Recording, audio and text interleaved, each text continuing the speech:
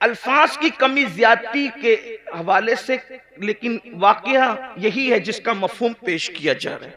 لیکن میں جہاں سے پیش کر رہا ہوں آپ کے سامنے، وہ ابن منذری کے حوالے سے میں پیش کر رہا ہوں بطور مفہوم. اب غور کریں، اس روایت کے راوی ہے سیدنا صدیق اکبر رضی اللہ تعالی، افضل البشر بعد الانبیاء بالتحقیق سیدنا صدیق اکبر رضی اللہ تعالی. یوں تو صدیق اکبر کی سے روایتیں بہت کم مروی ہیں، لیکن صدیق اکبر سے جو روایتیں ہیں ان روایتوں کا بھی کوئی جواب نہیں. سیدنا صدیق اکبر رضی اللہ تعالیٰ، ایک بات اندازہ کرنے، صدیق وہ ہستی ہے کہ جن کے بارے میں مولا علی نے بیان کیا کہ اللہ کے رسول نے فرمایا کہ اگر ساری زمین والوں کا ایمان ایک پلڑے میں رکھا جائے اور تنہا ابو بکر کا ایمان ایک پلڑے میں رکھا جائے تو سب کے ایمان پر ابو بکر کا ایمان وزنی ہو جائے گا. یہ وہ ہستی ہے جنہیں صدیق سبحان اللہ. اور ان ایمان والوں میں ابو ہریرہ کا بھی ایمان ہے، بلال حبشی کا بھی ایمان ہے، خالد ابن ولید کا بھی ایمان ہے، غوث اعظم غریب نواز کا بھی ایمان ہے. اندازہ فرمائیں جس کے ایمان کی شان یہ ہو اس کے دل اور سینے کی حالت کا کیا عالم ہوگا. وہ صدیق اکبر جو صحابہ کے امام ہیں، افضل البشر بعد الانبیاء بالتحقیق صدیق اکبر رضی اللہ تعالیٰ عنہ، جن کے بارے میں حضور محدث اعظم کے چوچوی رحمت اللہ علیہ کہتے ہیں مرتبہ حضرت صدیق کا یہ ہے سید، ہر فضیلت کے وہ جامع ہیں نبوت کے سوا. اللہ اکبر. آئیے وہی صدیق اکبر روایت کر رہے ہیں. اللہ اکبر. الفاظ میرے ہیں، مفہوم بیان کر رہا ہوں اپنے الفاظ کے جامع میں. ابتدائی دن ہے، مدینہ منورہ میں اصحاب رسول ابھی نئے جو ہے وہ مدینہ طیبہ آئے ہیں. اللہ اکبر.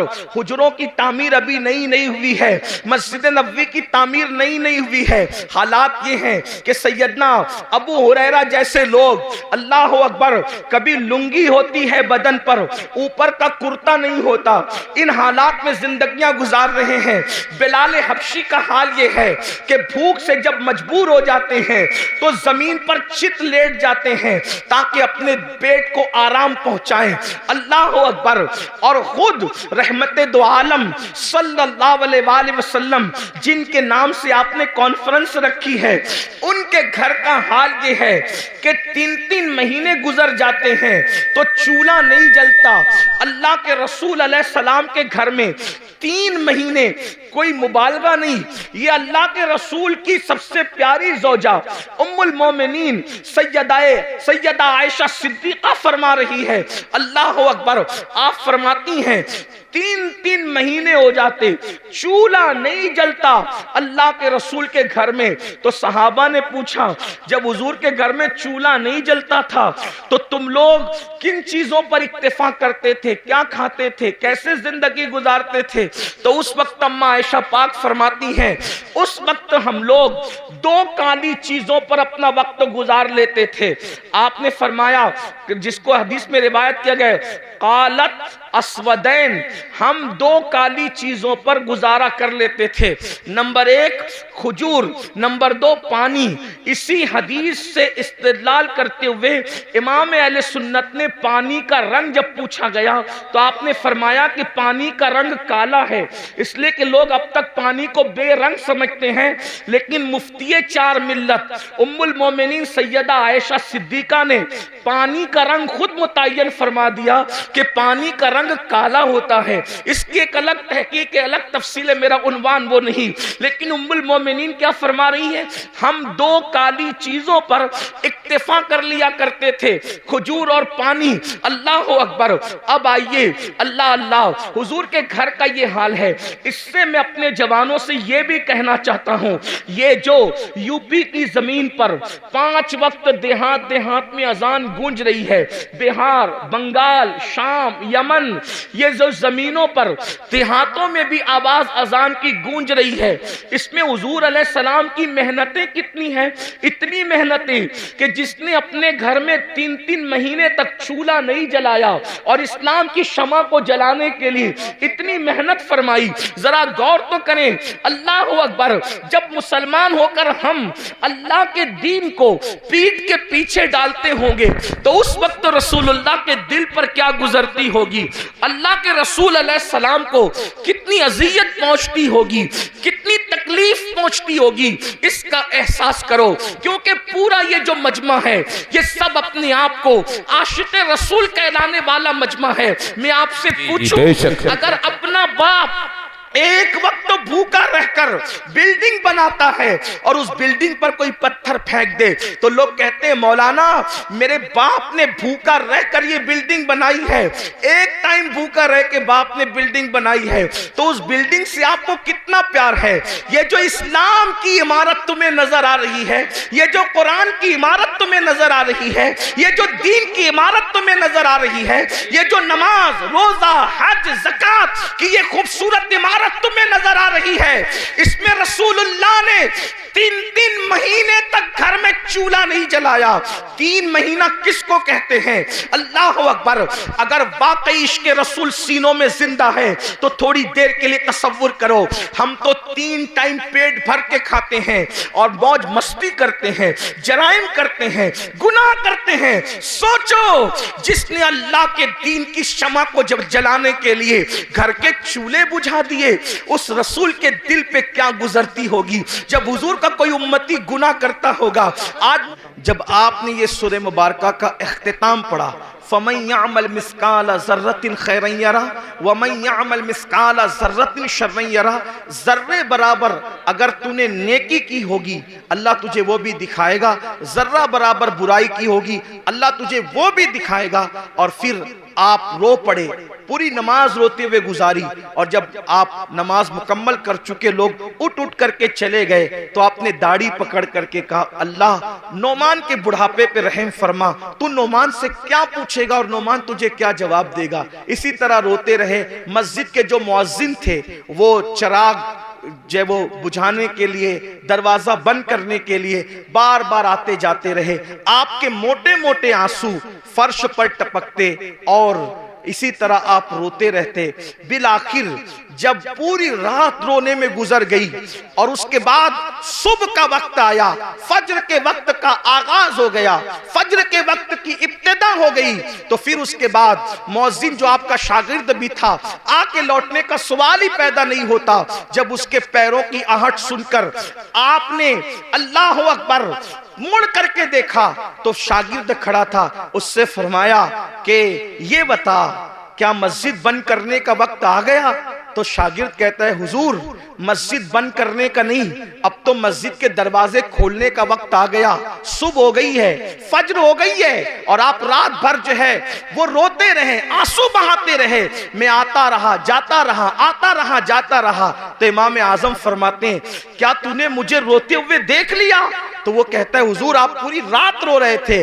فرمایا تجھے اللہ کی قسم دے کر کہتا ہوں جب تک میں زندہ رہوں اس وقت تک یہ واقعہ تو کسی سے بیان مت کرنا کہ نعمان آخرت کی فکر میں رات رات بھر روتے ہیں، کیونکہ اس کی شان بے نیازی سے ڈر لگتا ہے کہیں ایسا نہ ہو جائے کہ یہ کہہ دیا جائے نعمان ہمارے لیے روتا تھا اور صبح کو اس کی تشہیر کر دیا کرتا تھا۔